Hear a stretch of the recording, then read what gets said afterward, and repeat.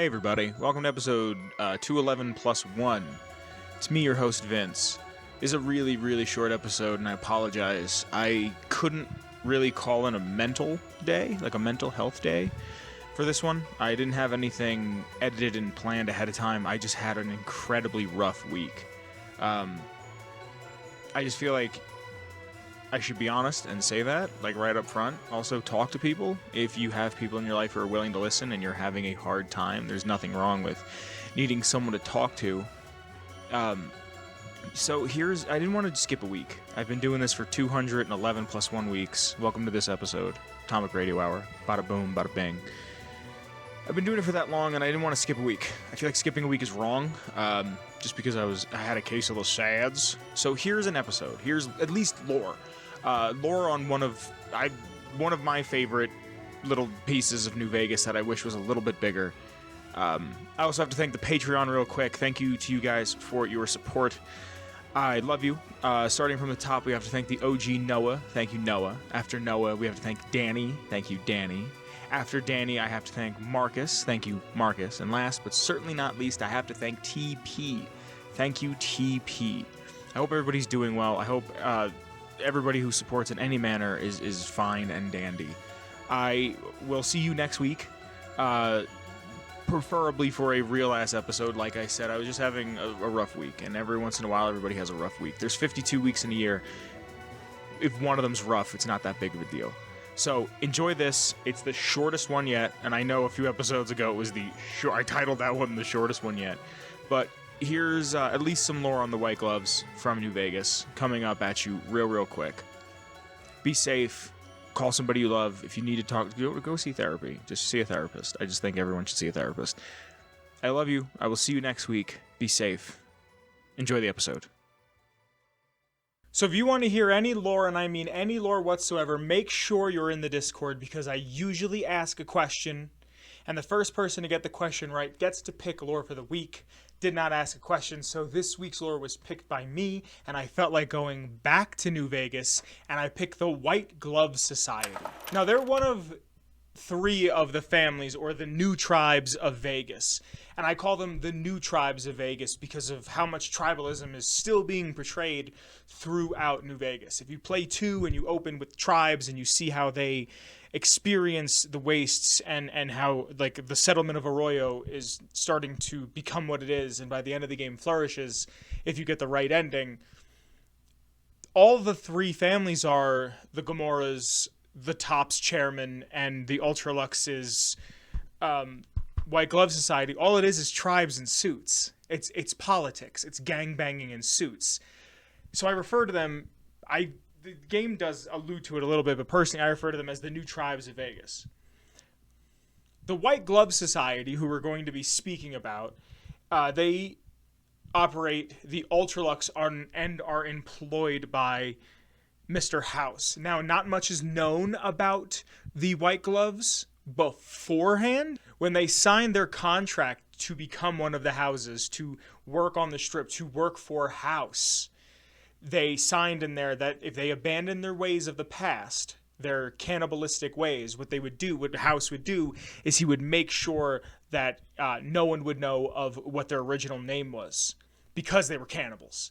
You don't really want to go to a casino that's run by cannibals, so he said, look, do this, sign this paper, and I'll make sure that nobody ever knows or remembers that you guys were cannibals. They essentially have a dead name. They are really secretive of their past, obviously, for their cannibalistic ways. And because of that, if you go into a casino and ask them something, they kind of shirk away from it. They don't really want to answer it. They'll find a way to get out of it, out of the question, that is. I don't know about you, but when I think of Las Vegas, I think of opulence. I think of kind of regality a little bit. I think of Howard Hughes and Bugsy Siegel, people with money and people with power, and just the mob and Sinatra, the Rat Pack. So of course there's going to be a hotel that is nothing. It's hedonism, like in its purest form almost. It's just luxury. It's just the finest of the fine. So they pride themselves on offering the most elite of elite experiences. it takes a credit check to get into Vegas, but you have to have well over that to get into the Ultra Luxe. They have an incredibly strict dress code. The members, the White Glove Society members themselves, dress in such a manner that it's tuxedos, white shirts, canes, masks, things that kind of obscure who they are. But at the same time, they look prim and proper. They look better than others. They look tip-top, like, for lack of a better word. I know the Tops is across the street, but they look tip-top. They're also incredibly well-spoken. Everything has a diction to it. They wouldn't stutter. They wouldn't do that. I was trying to do a bit, and I can't. Everything that they say has a meaning to it. They think about what they say before they're going to say it. They don't stutter. And they're well-behaved. And by well-behaved, it means pretty much shut up. Shut up, be quiet, be calm, be cool, play your games, eat your foods, drink your wines. Now, the head of the White Glove Society at this point in time being 2281, when New Vegas takes place, is Marjorie. She's head of the White Glove Society, and she's the manager of the Ultra Luxus Steakhouse, the Gourmand. Now, back in the day, I don't even know if it's a lore video. We did it such a long time ago, and there were still two hosts on this show. We did a quest breakdown of Beyond the Beef, the quest that goes about this, about how they're trying to rebuke their ways of being cannibals, and how they can't, and it's in their DNA, and they have to consume human flesh. And you get to meet Heck Gunderson and his son, and you get to go in and into the Ultra Luxe and sneak around. It's one of the better quests in the game. But the Gourmand is where you would find Heck Gunderson, the sauna you have to go to. And then there's Mortimer. He's the hotel's manager, and he works the front desk. Now, because of him working the front desk, this gives him such an opportunity to see who is coming in and out of the building. And because of that, he knows who's going to be the best. That guy's a little too plump. She's a little too thin. He's a little too short. He's a little too this. Now, I get all of my lore off of fallout.fandom.com. So if you go there, you can ask them why they wear masks.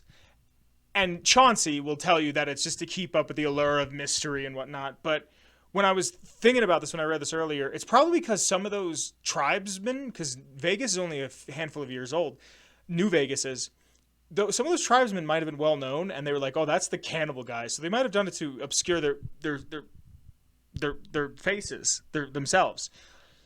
But if you ask, someone will say, "You mustn't ask why we wear our masks. We are forbidden to speak of it." You can ask Rotface, and he'll say it's a gang of ghouls, which is bullshit. When you do the Beyond the Beef quest and you speak to Mortimer, if you have a high enough speech or you have the cannibal perk, you can use that to kind of get in with them. And I believe, I could be wrong when I say this, but I believe the speech option is something along the lines of, "I know the taste too." Like something along those lines of like, "I crave it as well. Like I know what you're into, and I understand." They're actually the only family on the strip. So out of the 3 casinos, they're the only one that you could have a reputation with. Marjorie actually explains to the courier that they did used to eat people back in the day, but it was different times, different circumstances. They don't do that anymore because of their contract with House.